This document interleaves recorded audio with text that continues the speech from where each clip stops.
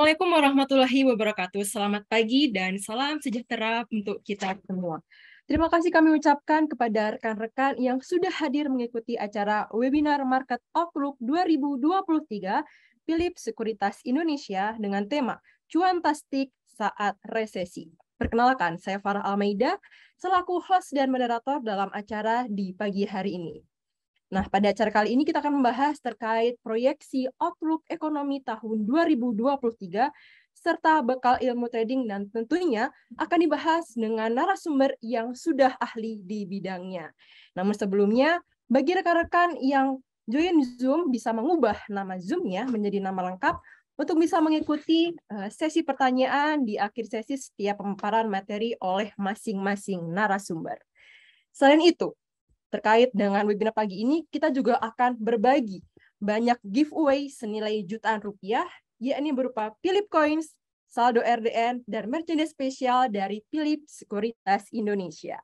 Nah, sebelumnya saya ingin menjelaskan terkait Philips Coins. Philips Coins merupakan reward dari Philips Sekuritas Indonesia yang dikeluarkan melalui aplikasi Poems ID yang bisa rekan-rekan tukarkan dengan berbagai voucher menarik. Salah satunya yakni voucher Starbucks, voucher Family Mart, Indomaret, dan masih banyak lainnya.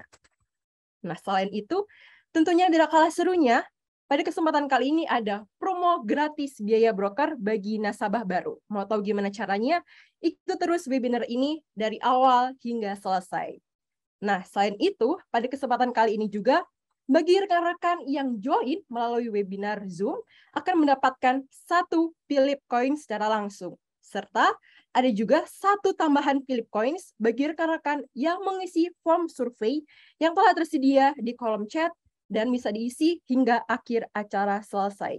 So, jangan lupa install aplikasi Poems ID sekarang juga melalui App Store ataupun Play Store agar kalian bisa redeem Philips Coins. Baik, rekan-rekan semuanya, acara pada hari ini terbagi menjadi 3 sesi. Sesi yang pertama yakni terkait dengan market outlook dan strategi. Sesi yang kedua adalah terkait ekonomik dan sektor pilihan di tahun 2023. Dan sesi yang terakhir yakni bekal ilmu trading yang akan dibahas dengan narasumber yang sudah hebat di bidangnya. Baik rekan-rekan semuanya, tanpa perlu berlama-lama lagi. Selanjutnya, kita akan masuk ke sesi yang pertama, yaitu pemaparan materi terkait Market Outlook 2023 dari BNP Paribas Asset Management. Langsung saja, mari kita undang Bapak Andi Chandra selaku Head of Distribution Sales dari BNP Paribas Asset Management. Halo, selamat pagi Bapak Andi. Selamat pagi Farah dan rekan-rekan yang lain, dan yang bagi yang nonton di weekend ini, selamat berakhir pekan juga. Baik, bagaimana Bapak kabarnya? Sehat? Sehat nih, luar biasa. Baik, luar biasa. Hari ini sangat antusias sekali rekan-rekan sudah ada yang join melalui Zoom webinar dan juga live streaming via YouTube channel di Philips Sekuritas Indonesia. Nah, namun sebelumnya bagi rekan-rekan kembali saya ingatkan terkait jika ada pertanyaan bisa langsung tuliskan pertanyaan rekan-rekan semuanya melalui kolom Q&A dengan format nama lengkap, kota asal, dan pertanyaan. Nantinya di akhir sesi pemaparan materi akan kami pilih 3 pertanyaan terbaik yang bisa mendapatkan merchandise spesial dari Philips Sekuritas Indonesia. Baik, untuk selanjutnya bisa langsung kita masuk ke sesi pemaparan materi terkait Market Outlook 2023 dan strategi dari Bapak Andi Chandra. Silahkan Bapak untuk bisa langsung share screen materinya. Oke, terima kasih Farah, dan kita langsung mulai aja. Mohon waktunya ya, nanti untuk Bu Helen saya duluan, Om Ben saya izin duluan. Semoga nanti biasanya yang terakhir tuh biasanya lebih seru, tapi saya akan coba bawakan lebih ringan, lebih santai, karena ini akhir pekan ini. Ya, kita akan coba membahas cari cuan saat resesi nih, cuan tastik saat resesi. Ini menarik banget nih teman-teman dan rekan-rekan semuanya. Oke, saya akan mulai aja. Siapa Pak? Materi sudah bisa terlihat langsung saja untuk materi bisa disampaikan oleh Pak Chandra. Silakan Bapak. Oke, terima kasih. Jadi sebelumnya saya perkenalan dulu, nama saya dengan Andi di sini representatif dari BNP Paribas Asset Management. Ya, kami salah satu partner dari Philip ya. Jadi teman-teman juga ya kurang lebih kalau bertransaksi reksadana ataupun yang lain-lain pasti salah satunya nama brandnya kita muncul, dan total dana kelolaan kita memang sejauh ini as per November itu sekitar 32 triliun ya rupiah. Jadi itu sedikit gambarannya, dan di mana tahun ini memang kami lagi fokus, dan tahun depan kita memang lagi fokus ke sustainable investment. Jadi investasi itu bukan hanya cari cuan aja, tapi juga kita care terhadap bumi dan tempat kita, lingkungan kita ya. Ya, ini tagline kita ke depannya, ini sustainable investment. Oke, jadi kalau kita ngomongin di tahun ini, ya sebelum kita masuk ke tahun 2023, ini kan tinggal beberapa minggu lagi ya. Jadi ada dua hal yang penting yang memang kita nggak bisa pungkiri. Yang pertama adalah terkait dengan kenaikan suku bunga The Fed. Nah, ini memberikan gambaran. Nah, ini deg-deg juga nih. Kayaknya nanti malam akan ada tanggal 14 ya. Kita akan lihat seberapa kenaikan suku bunga nanti The Fed. Memang market 75% sudah price in, sepertinya kenaikannya cuma 50 basis point ataupun 0,5 ya. Kemudian yang kedua terkait dengan zero COVID policy. Nah, ini juga yang ada di China. Nah, dua negara ini kenapa kita harus perhatikan? Bapak, Ibu, dan rekan-rekan semuanya, kalau kita ngomongin dana asing ataupun foreign investor, itu di IHSG cenderung persentasenya masih sangat besar. Kalau kepemilikan foreign di pasar modal, khususnya di saham, itu sekitar 36 sampai dengan 37%. Jadi apapun yang terjadi di US market selaku ekonomi paling besar, itu kurang lebih 24% GDP dunia itu datangnya dari US. Sedangkan di China ataupun Tiongkok itu 16% GDP dunia itu datangnya dari Tiongkok.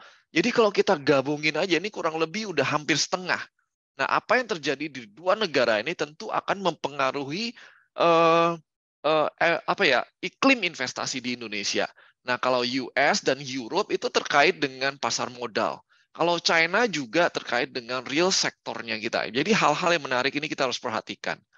Nah, dan juga kalau kita lihat quantitative easing sepertinya sudah lewat, sekarang masuk ke tightening dan diperkirakan akan selesai di tahun 2023. Quantitative easing itu maksudnya apa? Jadi kuantitatif setelah kita pandemic COVID-19 itu kan begitu perlambatan ekonomi, dunia kena resesi semua. Kemudian tiba-tiba perlambatan ekonomi dan unemployment rate ataupun tingkat pengangguran itu naik signifikan. Ya, bisa mencapai 15% di US pada waktu itu. Nah, begitu udah dinaikkan, begitu terjadinya resesi, maka dilakukan quantitative easing, yaitu membanjiri atau memberikan likuiditas, memberikan keringanan stimulus, baik itu fiskal itu sifatnya pajak dan lain-lain, ataupun yang moneter.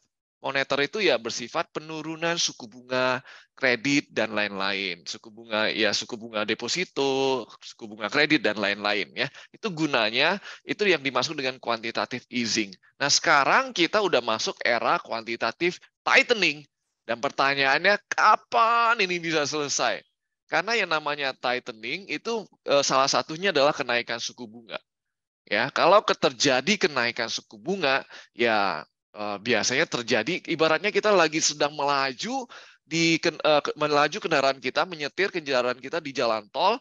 Nah, quantitative easing itu gasnya kita injak sekenceng-kencengnya. Itulah quantitative easing. Jadi kecepatan kita bisa melaju lebih cepat. Sedangkan yang namanya quantitative tightening itu bukan ngegas, tetapi rem di sini yang diinjak. Jadi makanya terjadi perlambatan ekonomi ataupun perlambatan pertumbuhan ekonomi. Ya. Nah, jadi begini. Saya ingin menggambarkan apa yang terjadi di US market, gampang. Ada dua kubu. Yang pertama, mereka melihat bahwa efek dari kenaikan suku bunga yang sangat agresif belakangan ini, yang terjadi 1 tahun terakhir ini, menyebabkan potensi resesi ataupun terjadinya perlambatan pertumbuhan ekonomi sudah di depan mata. Nah, ini opportunity-nya di sini adalah mereka cenderung keluar dari aset-aset yang berisiko, dan itu terjadi teman-teman di tahun ini. Kita coba lihat Dow Jones, S&P 500, Nasdaq, ya indeks apalagi. Bahkan kalau kita lihat indeks-indeks yang lain di China, di Eropa dan lain-lain, ya kan pada minus semuanya. Indonesia sekarang cuma plus sedikit, ya kan. Nah ini hal yang menarik. Lalu pertanyaannya, ya ini duitnya pada kemana? Semuanya keluar dari pasar modal, bahkan cryptocurrency. Market cap ya dari cryptocurrency sekarang tinggal sepertiganya aja.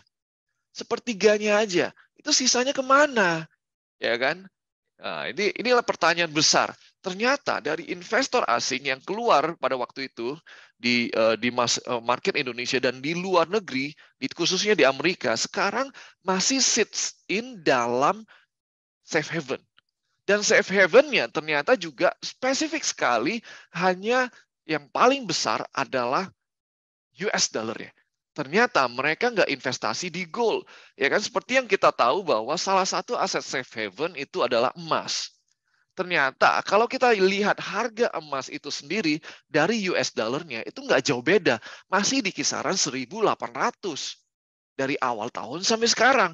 Jadi nggak ada banyak perubahan. Ini menunjukkan bahwa uangnya memang lagi lari semua ke lari semua ke cash. Jadi cash is the king. Karena kenapa? Ya dengan suku bunga sekarang mereka lakukan deposito aja itu bisa dapat 4%, 4,25% sampai dengan 5% beragam. Jadi dengan kata lain, ya ngapain ambil resiko di market. Nah, tapi kita udah mulai turn around-nya pelan-pelan di 3 minggu terakhir ini, di mana US dollar index itu sudah mulai turun. Nah, ini yang menariknya adalah ketika US dollar ini salah satu parameter yang bisa teman-teman gunakan untuk melihat the flow dari investor ataupun terkait dengan aset yang berisiko yaitu saham. Ketika terjadi penurunan dolar indeks, itu cenderung diikuti dengan kenaikan aset-aset yang berisiko. Salah satunya adalah saham. Ya, jadi di kubu yang pertama ini mereka melihat bahwa wah resesi udah di depan mata ini, inverted yield curve masih terjadi, di mana yield obligasi yang tenornya rendah lebih tinggi dibandingkan yang yield yang jangka panjang, karena semua orang berbondong-bondong beli yang jangka panjang. Nah, di sini cuantastiknya adalah yang opportunity yang bisa dari cuan adalah salah satunya dari obligasi. Nah, mereka masuk ke market yang sifatnya obligasi di sini. Jadi kita bisa lihat penguatan obligasi terjadi belakangan ini di US 10 years Treasury yang dari 4%-an, 4,2 sekarang menjadi 3,5. Dan kalau yang di Indonesia juga ikut. Karena di globalnya turun, di US-nya turun, di Indonesia dari 7,6 sekarang menjadi 6,9. Asing mulai kembali mengakumulasi obligasi. Jadi salah cuannya di sana salah satunya. Nah, di sisi yang kedua, mereka nggak melihat di sisi yang pertama. Mereka agak sedikit bertentangan. Mereka melihat, wow, job desk-nya ini ternyata unemployment rate-nya masih cukup bagus nih. Masih di kisaran 3,5, 3,7. Jadi resesi sebenarnya nggak akan terjadi. Kalaupun terjadi, bukanlah sifatnya resesi yang berat ataupun yang sifatnya hard recession. Lebih ke arah soft recession ataupun yang terjadi kurang lebih perlambatan pertumbuhan ekonomi. Ya, kalau kita lihat recession itu secara theoretical, artinya apa? Kan perlambatan pertumbuhan 2 kuartal berturut-turut. Sebenarnya secara theoretical, US kemarin di kuartal pertama dan kuartal kedua sudah resesi. Nah, kuartal ketiga GDP-nya bagus. Jadi, apakah akan terjadi resesi? Mungkin nggak signifikan. Perlambatan mungkin yes. Dan ini sebenarnya terjadi terlebih dahulu, di mana di Indonesia ini di US ya, ini sudah terjadi di mana reflect dari pertumbuhan projection growth dari profit dan earning yang ada di emiten-emiten di Amerika Serikat. Cenderung sudah mulai turun. Jadi itu yang sedang terjadi di Amerika Serikat karena begitu besar pengereman suku bunga ataupun kenaikan suku bunga yang dilakukan oleh bank sentral. Ya efeknya sekarang suku bunga sekitar 4%, ya 4,2% kalau dinaikkan 50 basis point, nanti kita akan lihat terminalnya kurang lebih di 5%. Kalau mau ambil kredit, waduh, ya pasti di atas 5%, bisa 7-8%. Jadi orang cenderung mengurangi konsumsi, malah ya mereka melakukan investasi di aset-aset yang risk free, ya salah satunya deposito ataupun US Treasury. Tetapi yang di kubu kedua ini dia melihat masih ada growth. Oleh karena itu dia melihat ya udahlah slide ini nih, karena dia melihat bahwa oke ini suku bunga arahnya yang biru ini ya. Suku bunga yang biru ini ketika terjadi kenaikan suku bunga cenderung diikuti dengan penurunan harga saham.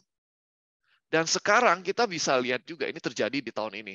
Dan sekarang kita melihat peak-nya udah kurang lebih di sini dan cenderungnya arahnya ke sini. Harusnya secara the historical performance ataupun logic theoretical-nya, maka ininya akan ngikutin sampai ketemu yang di sini juga, break even-nya.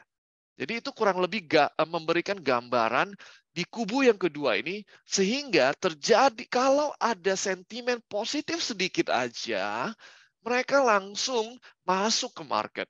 Ya, mereka langsung masuk ke market contohnya 2-3 minggu terakhir ini. Padahal ya apakah The Fed sudah menaikkan, ini masih menaikkan modenya Pak. Walaupun dari 75 ya, 75 basis point sekarang tinggal 50. Jadi 50. Nah, jadi 50 basis point ataupun 0,5 kenaikan, tapi modenya ini masih naik Bapak Ibu nih. Masih naik. Nah, jadi ini yang menjadi berita sentimen sedikit. Karena begitu besar cash yang ada dipegang di positionnya, ada berita seperti ini aja langsung masuk ke capital market. Jadi itu sedikit memberikan gambaran terkait dengan pasar modal, khususnya saham di kubu kedua ini. Ya, dia masih melihat bahwa stok masih menarik. Dan ditambah lagi, di euro recession-nya ternyata nggak seburuk yang kita perkirakan. Ya, sekarang harga-harga komoditi, harga-harga gas sudah mulai turun karena penyimpanan gasnya sudah signifikan dan ini sudah mau winter sudah mau selesai. Harusnya harga komoditi juga cenderung lebih menurun. Nah, Indonesia salah satu yang diuntungkan di sini karena kita salah satu produksi ya komoditi. Nah, Indonesia salah satu yang diuntungkan. Kalau kita bandingkan dengan negara-negara lain, wah Indonesia kecipratan lah ya positifnya nih teman-teman terkait dengan apa yang terjadi di US dan Euro. Nah, topik yang kedua kembali lagi terhadap China. China sudah mulai reopening di ekonomi. Yes, it's a negative and positive. Kenapa negatifnya? Negatifnya karena China reopening di ekonomi, cenderung market juga sudah mulai melirik pasar market di China. Sehingga dana asing yang tadi masuk signifikan di tahun ini, sebagian melakukan profit taking dan sudah melirik China untuk kembali berinvestasi di China. Kemudian tiba-tiba zero COVID policy ini sudah mulai dipelonggar belakangan ini. Ya kan, pemerintah sudah mulai memperlonggar, aktivitas mobilitas sudah mulai diperlonggar.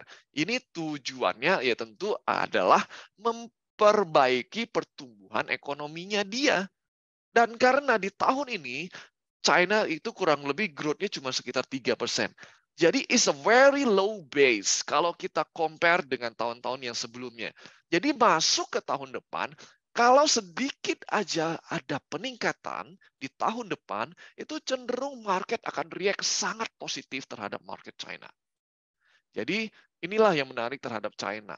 Dan kalau kita lihat sekarang ini China sudah mulai sedikit turun casesnya ya, sudah mulai sedikit turun ke arah sini ya, as per Desember kemarin, dan di situ juga dilakukan pelonggaran. Well, ini ada agak questionable ketika kenapa terjadi pelonggaran itu pas lagi kasus tinggi-tingginya, demonstrasi besar-besaran baru diperlonggar. Well, ada sedikit agenda politik mungkin di sini untuk menyenangkan rakyat China karena kita udah deket nih ke Xinjia nih, ke Imlek bulan 1 nanti. Jadi udah tinggal kurang lebih sebulan lagi, maka akan akan ada event yang sangat penting Imlek. Nah, disinilah pemerintah mengambil kesempatan itu untuk melakukan pelonggaran dan angkanya surprisingly dengan pelonggaran malah turun. Nah, tapi resikonya adalah ada kemungkinan kita yang akan lihat another lockdown, apakah ini akan kembali naik atau tidak. Kalau ini tidak terjadi, cenderung market China akan rally ya dan sedikit kembali diuntungkan market China. Nah, yang kedua juga kita melihat market China related dengan vaksin yang sudah di-prepare. Kemarin ada inhaler vaksin, ya kan? Kemudian ada treatment dari COVID melalui pil ataupun melalui obat. Sudah mulai di tahap akhir Sinovac versi yang lebih punya punya tingkat lebih kesuksesan yang lebih tinggi dibandingkan Sinovac yang sebelumnya. Di sisi lain, kalaupun ini naik signifikan ke arah sana, ini sudah dipersiapkan, yaitu area-area ICU ataupun capacity di hospital untuk cover orang di China tersebut. Yaitu sedikit gambaran di China. Negatifnya adalah terjadi sedikit rekonsiliasi atas dana asing yang masuk ke Indonesia kembali ke China. Well, dan seperti yang saya sampaikan, di China ini kita mau invest apa? Semua capital marketnya saham dan lain-lainnya lagi cryptocurrency lagi hancur. Properti salah satu safe haven-nya di China juga hancur. Jadi sekarang banyak dana-dana yang sit in cash. Ya, jadi itu salah satu memberikan gambaran betapa besar Indonesia dana asing yang bisa masuk potensinya di tahun ini dan tahun depan terkait dengan pasar modal di Indonesia. Nah, memang sedikit cautious terkait tensi geopolitikal antara US dan China terkait dengan sanction beberapa related dengan hard commodity, semiconductor dan lain-lain ya. Ini lebih ke arah trade war, tetapi yang di sini yang kita lebih concern adalah terjadi geopolitikal antara China dengan Taiwan. Tapi sejauh ini kita nggak melihat ke arah sana nih.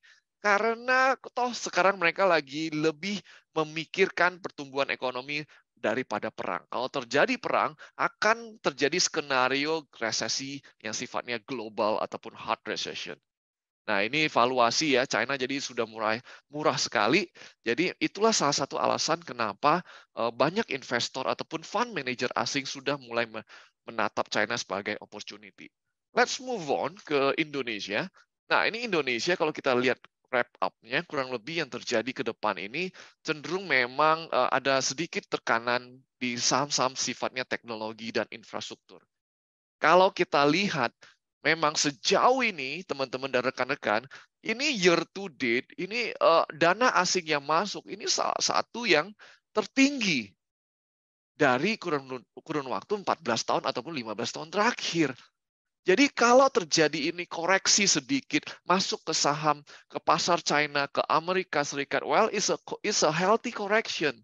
Tapi kembali lagi, ya reopening dari China, kemudian penurunan suku bunga, ketidakagresifan The Fed dalam menaikkan suku bunga, sedikit mengembalikan dana asing ini kembali ke pasar-pasar di paman saham di Amerika, di Eropa, dan juga di China. Dan belakangan ini menurut kami koreksi yang terjadi di market lebih sifatnya sentimen. Ya, lebih sifatnya sentimen dan karena ada pressure juga dari rupiah. Kembali lagi saya sampaikan, ketika terjadi penguatan US dollar yang signifikan, biasanya terjadi pelemahan dalam stock market. Nah, memang dan juga terreflect dari rupiahnya kita. Belakangan ini rupiahnya kita memang awal semester pertama tuh sangat kuat di per Oktober ya. Tetapi udah masuk bulan November dan mulai masuk di Desember terjadi ada sedikit perubahan yang signifikan. Nah, asing sudah melakukan profit taking. Jadi US dollarnya sedikit menguat jauh dibandingkan di sebelum Oktober. Nah, itu yang menarik. Dan kalau kita lihat salah satu topik yang belakangan ini mencuat adalah terkait dengan UMP. Upah minimum, kenaikan upah minimum ini sebenarnya ternyata tidak signifikan, malah memberikan sentimen yang positif, khususnya di staples, perusahaan-perusahaan sektor-sektor yang staples. Nanti mungkin dari Philip akan sharing lebih detail terkait dengan sektor. Nah, ini salah satunya view juga yang terkait dengan sektor properti sedikit agak challenging di tahun kenaikan suku bunga, karena cost dari mereka ataupun beban interest dari suku bunga mereka juga akan naik ya. Nah, ini nih yang paling penting adalah ketika nanti ininya US dollar-nya ini turun, cenderung stok akan diuntungkan. Nah, itu secara gambaran umumnya ya teman-teman dari yang hadir pada pagi hari ini. Nah, gimana dengan story tahun depan?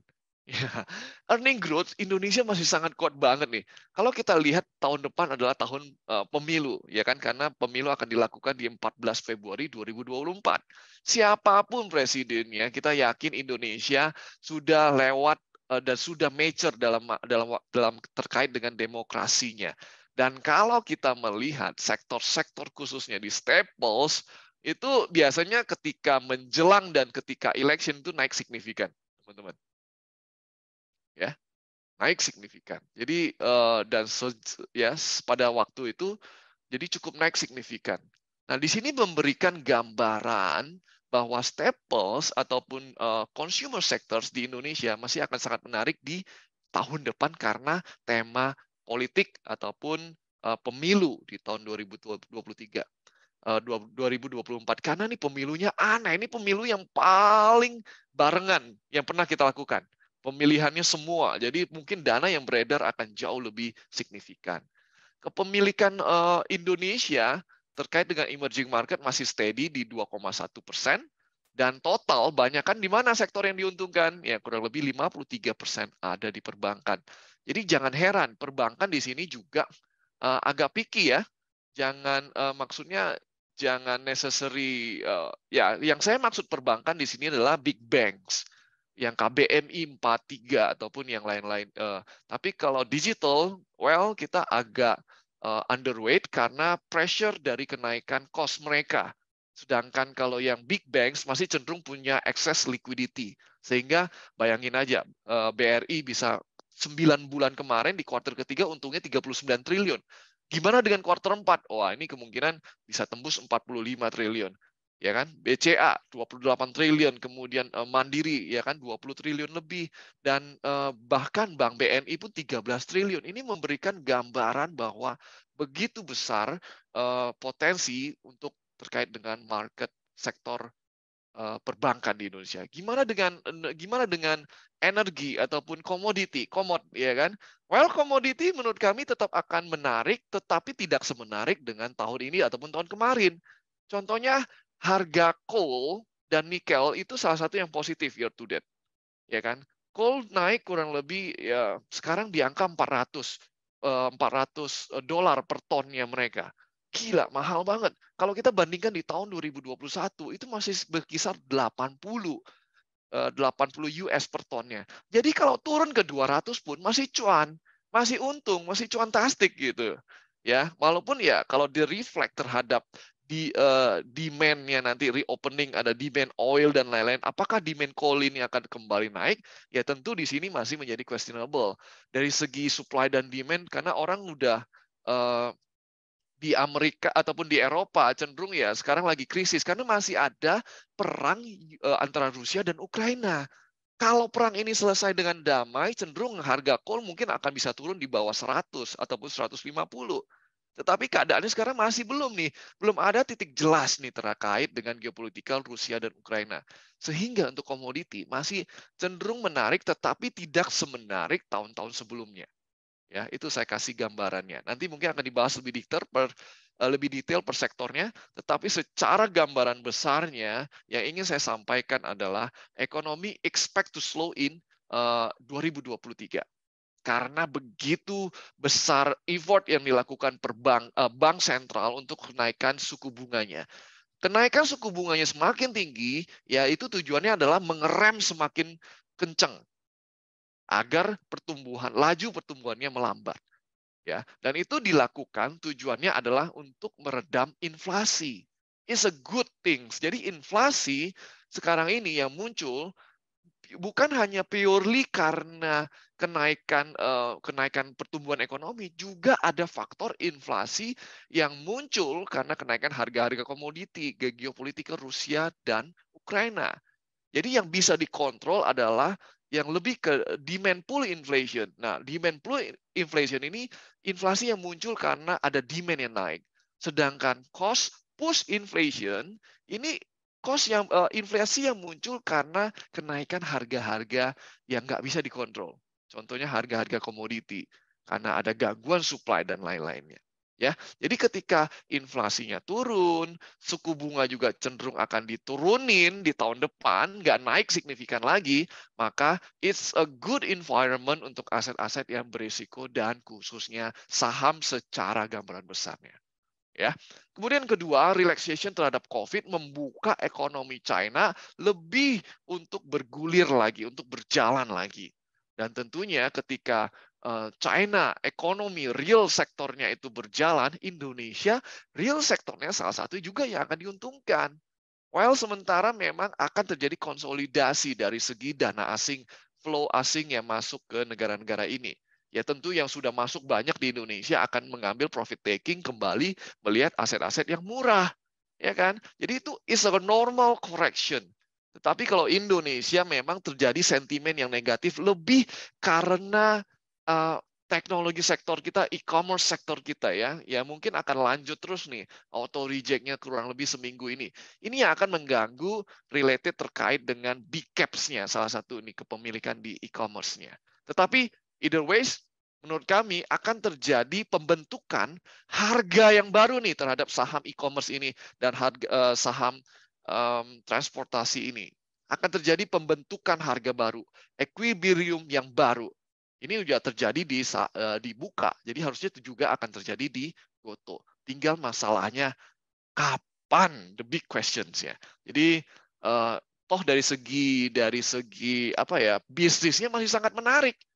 Masih sangat menarik. Jadi kalau kita melihat bahwa it's a big company dan big prospect, sentimen negatifnya begitu besar. Tapi eventually akan terjadi equilibrium, akan terjadi pembentukan harga wajar yang baru. Itu aja Farah yang ingin saya sampaikan pada pagi hari ini.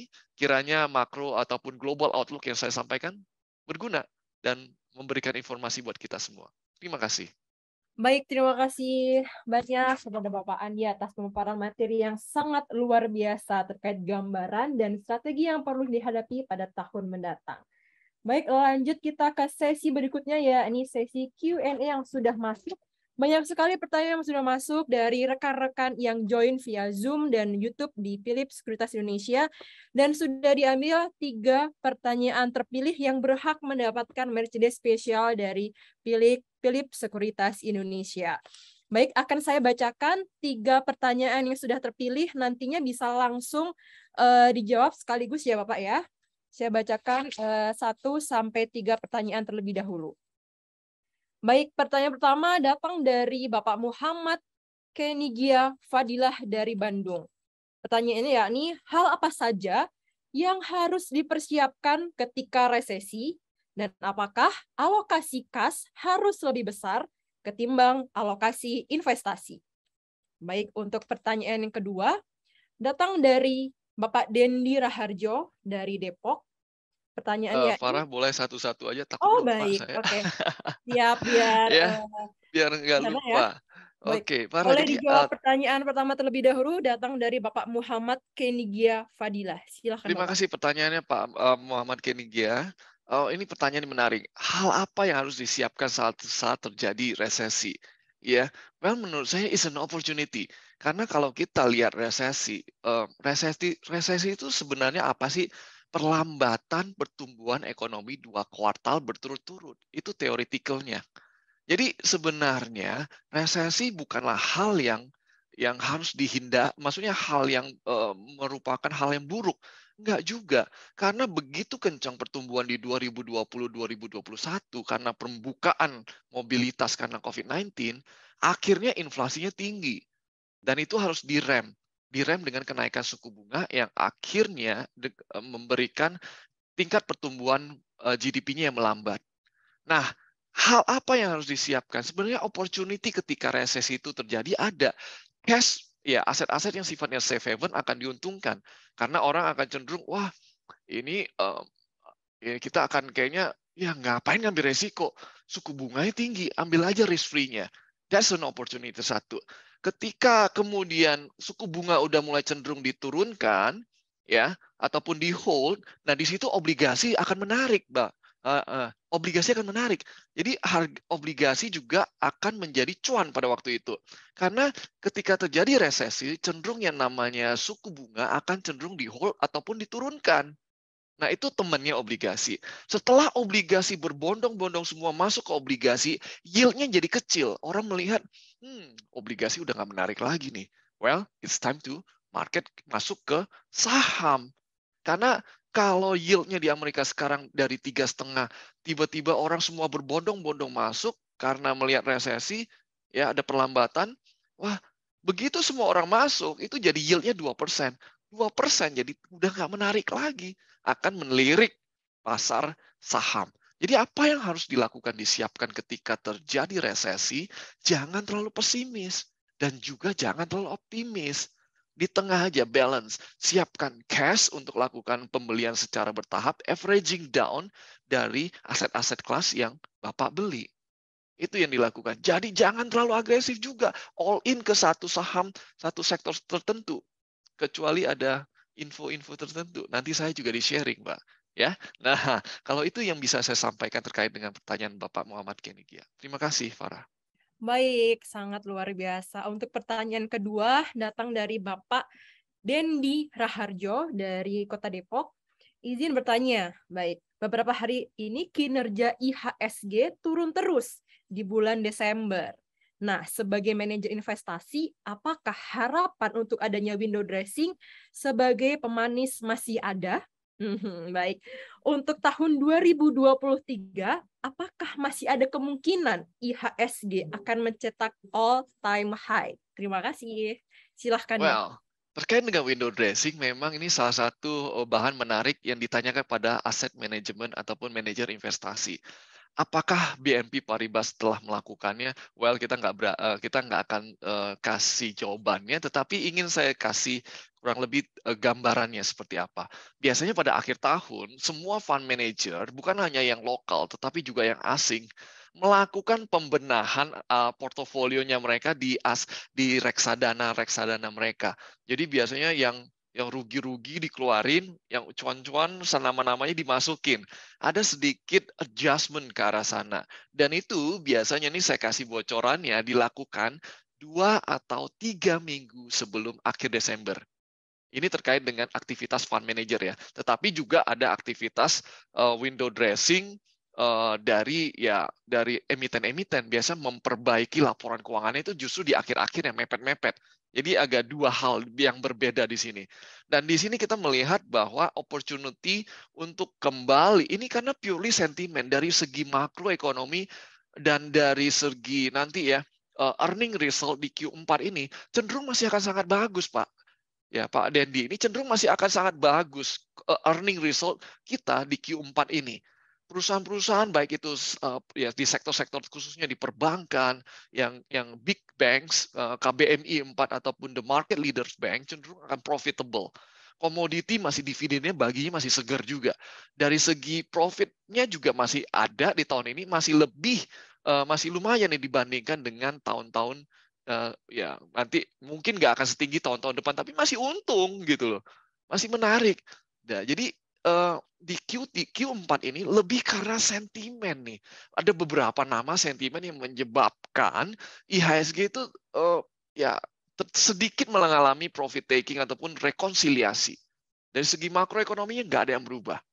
Nah, memang good news-nya udah keluar semua, GDP-nya udah keluar semua, hasil yang bagus itu di November kemarin dan Oktober ya kan. Kemudian earning result-nya juga udah keluar bagus semua. Jadi mungkin another positif di January effect kah?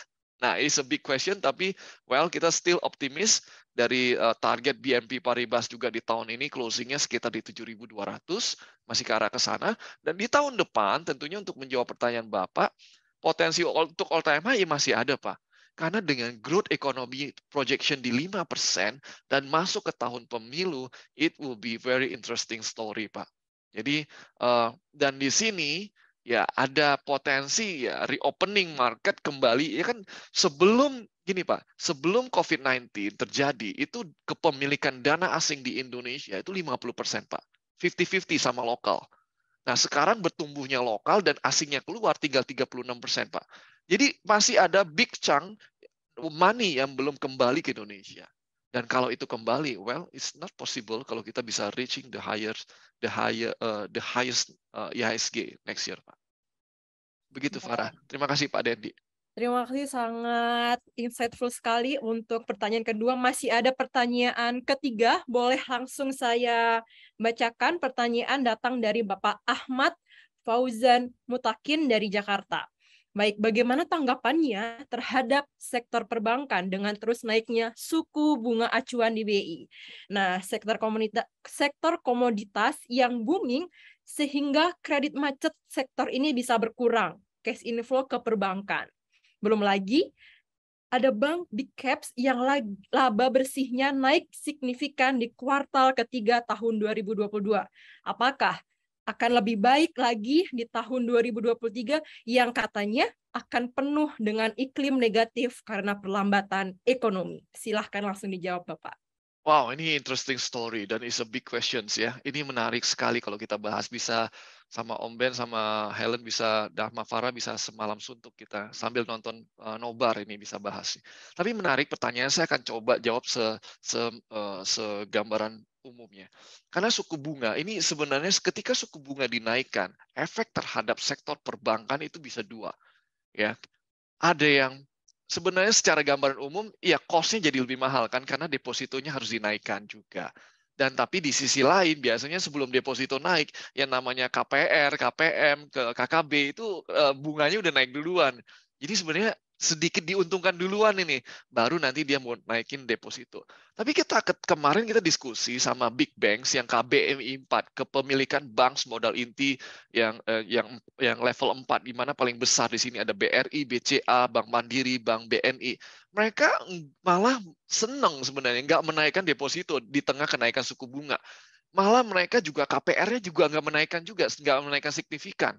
Ya, cuman menaikkan sebagian dari kenaikan suku bunga 7 days repo rate. Karena mereka lagi excess liquidity nih, Farah.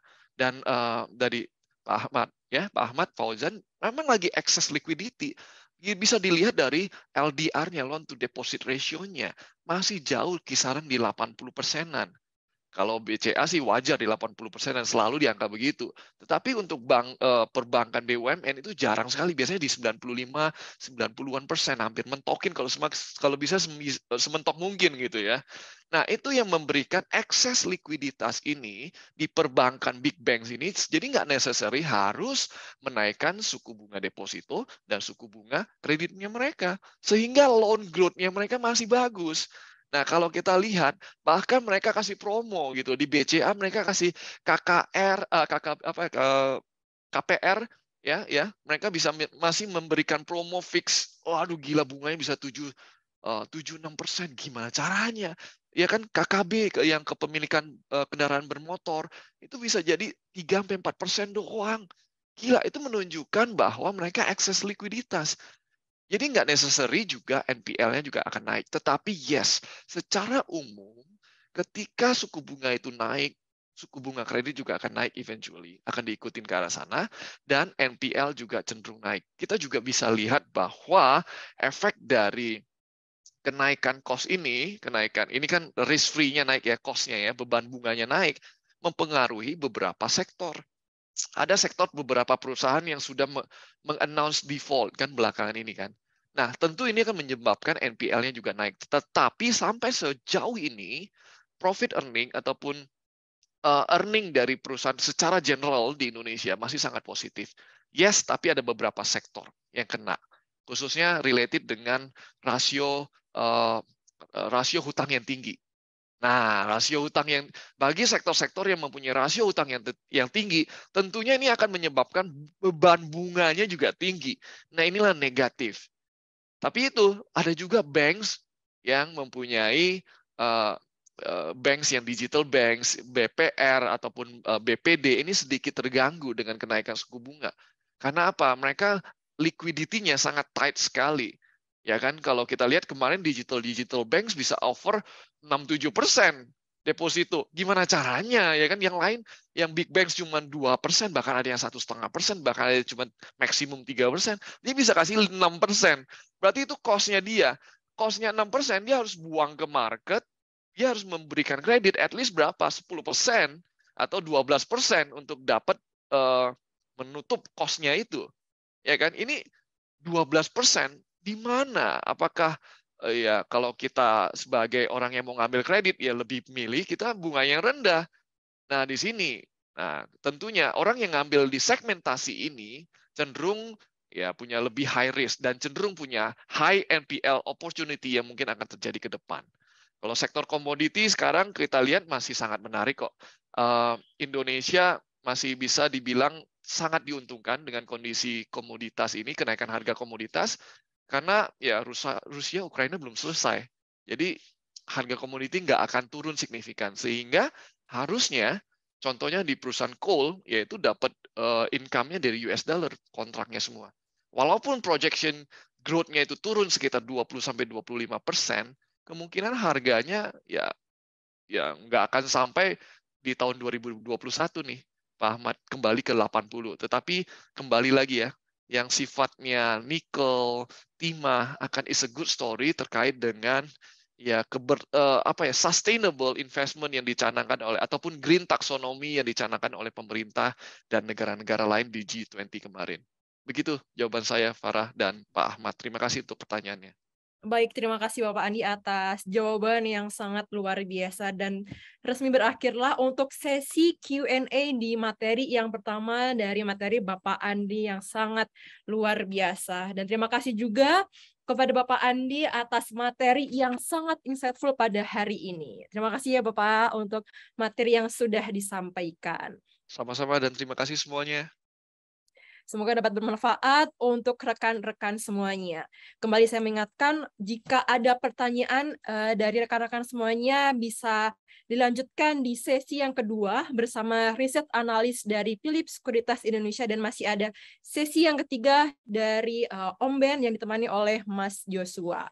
Baik, kembali saya ingatkan buat rekan-rekan yang belum mengisi survei bisa langsung cek di kolom chat untuk bisa mengisi survei dan bisa mendapatkan tambahan reward 1 Philip Coins. Baik, terima kasih Bapak Andi atas kesempatan di pagi hari ini.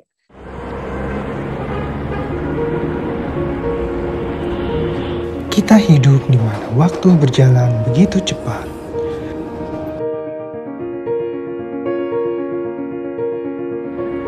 Banyak momen yang terjadi dalam setiap hitungan detik, menit, dan jam.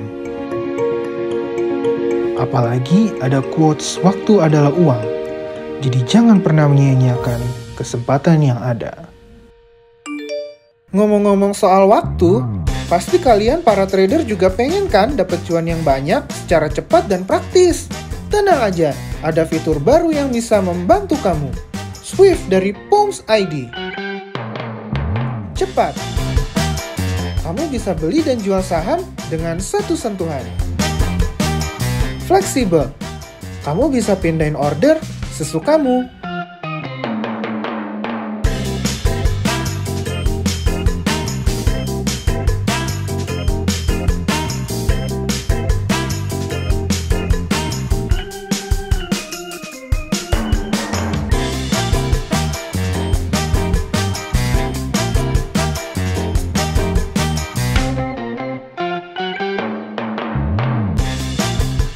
All-in-one.